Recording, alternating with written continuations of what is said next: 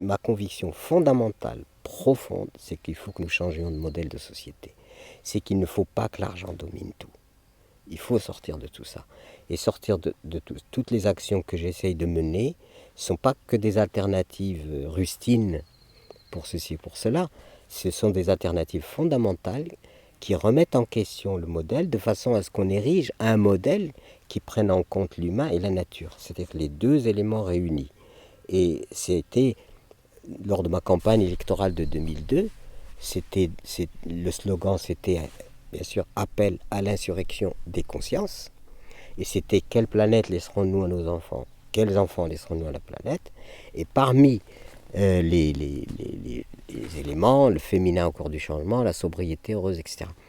Donc aujourd'hui, soit on est condamné à rester dans ce modèle qui chaque jour détruit, tous les jours et tous les instants, il y a de la destruction, etc. Soit nous disons, il faut complètement changer de paradigme, c'est-à-dire que la logique sur laquelle on a construit le monde d'aujourd'hui, c'est elle qui doit être aussi remise en question.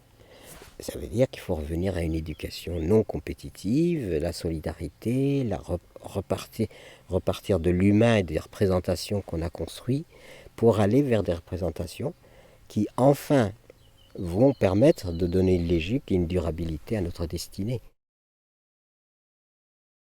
Moi, je suis né dans le désert. Dans le désert, c'est un petit peu le symbole de la vastitude, de la liberté. Voilà, quelque chose. Je voyais des nomades, ils avaient l'air libres. Moi, je suis né dans une petite oasis. Et puis, là, les circonstances ont fait que je suis rentré dans le monde occidental. Mon père m'a confié à un couple, une institutrice et ingénieur qui travaillait dans notre pays dans le cadre des houillères, des mines et du charbon qu'on avait découvert dans notre. Et c'est comme ça que je me suis retrouvé très rapidement, passant de la tradition à la modernité, de l'islam au christianisme, voilà, très très vite dans deux mondes dans lesquels évidemment je n'avais pas une identité définie. Donc mon identité se trouvait remise en question. Beaucoup de gens ont une identité et ils sont ce qu'ils sont, dans la cohérence de leur propre existence. Moi, je me suis trouvé dans une espèce d'incohérence et obligé donc tirailler entre deux cultures et obligé de trouver, disons, faire une espèce de synthèse des choses pour tirer de cette synthèse ce qu'il y avait de meilleur et qui pouvait me convenir et donner équilibre à ma propre existence. Comment se fait-il que l'humanité ne mette pas en priorité le fait de satisfaire aux besoins légitimes et de survie de l'ensemble de l'humanité? Au lieu de cela, on préfère finalement investir beaucoup plus sur ce qui donne la mort, ce qui détruit, que sur ce qui donne la vie. Et c'est là où l'humanité est folle. C'est-à-dire qu'elle est arrivée à une démence telle qu'elle s'en aperçoit même pas. Comment va-t-elle vivre si elle empoisonne sa nourriture, ses terres, son eau, son air, elle empoisonne tout? Et ce n'est pas organisé sur l'humain, mais c'est organisé sur le business international, etc., avec ces horribles guerres économiques qui sont des vraies guerres, attention, parce qu'on dit guerre comme si c'était une métaphore. Non, c'est une vraie guerre qui détruit réellement. La mondialisation détruit réellement. C'est pas comme ça une symbolique. C'est pour de la croissance qu'on détruit les forêts, qu'on écume les mers, tout ça c'est pour la croissance, la croissance, la croissance. Ce qui est complètement ridicule. Parce qu'en plus, c'est là où on voit l'humain, non seulement il est dépassé et subordonné à ses outils, mais il est lui-même devenu contingent. Peu importe l'humain, pourvu que le système triomphe. Voilà. Et c'est là, et ça c'est inadmissible. Moi je dirais que parmi les grands déséquilibres, avant même d'arriver à Monsanto, etc., c'est aujourd'hui la subordination des féminins au masculin. Pourquoi, diable, est-ce que les femmes, au plan planétaire, sont subordonnées? Alors qu'elles représentent l'énergie complémentaire sans laquelle il n'y a pas de vie. Ni vous ni moi, sauf si on était cloné ou je ne sais quoi, on ne pourrait aboutir. Déjà, ce déséquilibre me blesse beaucoup, me choque énormément le fait qu'on n'a pas compris que l'énergie féminine et l'énergie masculine sont deux énergies complémentaires sans lesquelles il ne peut pas y avoir de vie. Que fait un enfant à l'école? Il faut apprendre des maths, des machins, des trucs. Mais, est-ce qu'on s'occupe de son être intérieur? L'école, c'est une manufacture où l'on fabrique un être humain adapté au système. Voilà. Peu importe sa subjectivité.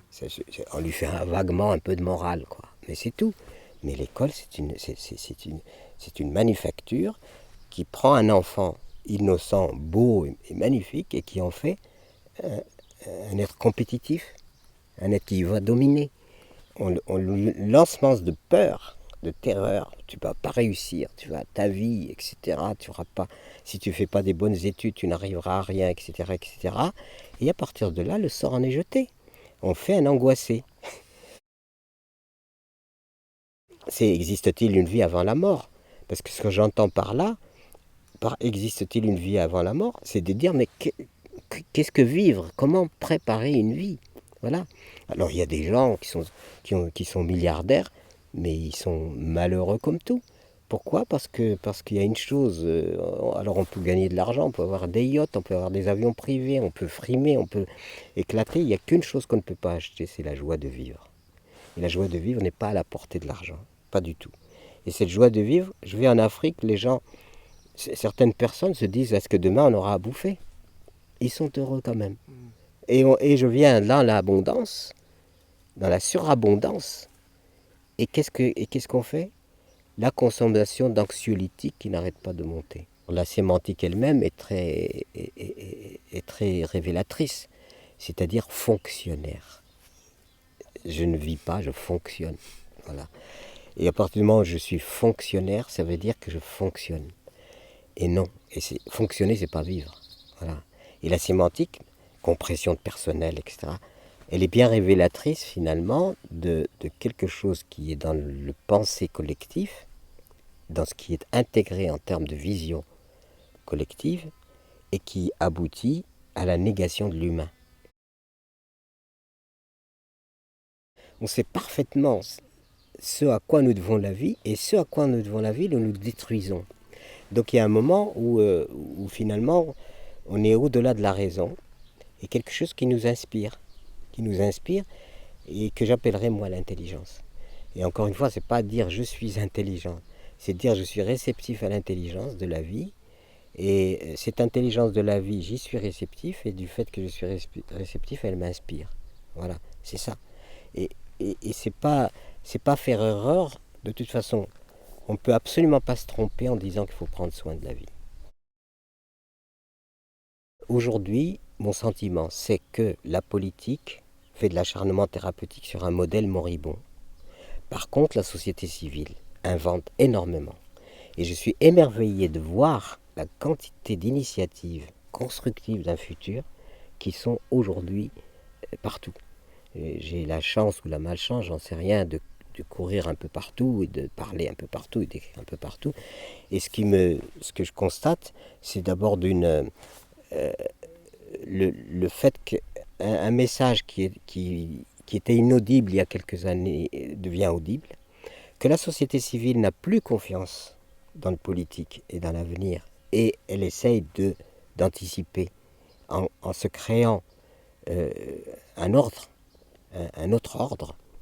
Donc ça, c'est la société civile, un laboratoire extraordinaire qui est en train de préparer le futur sur des critères qui ne sont pas les critères qui ont été prédominants jusqu'à maintenant.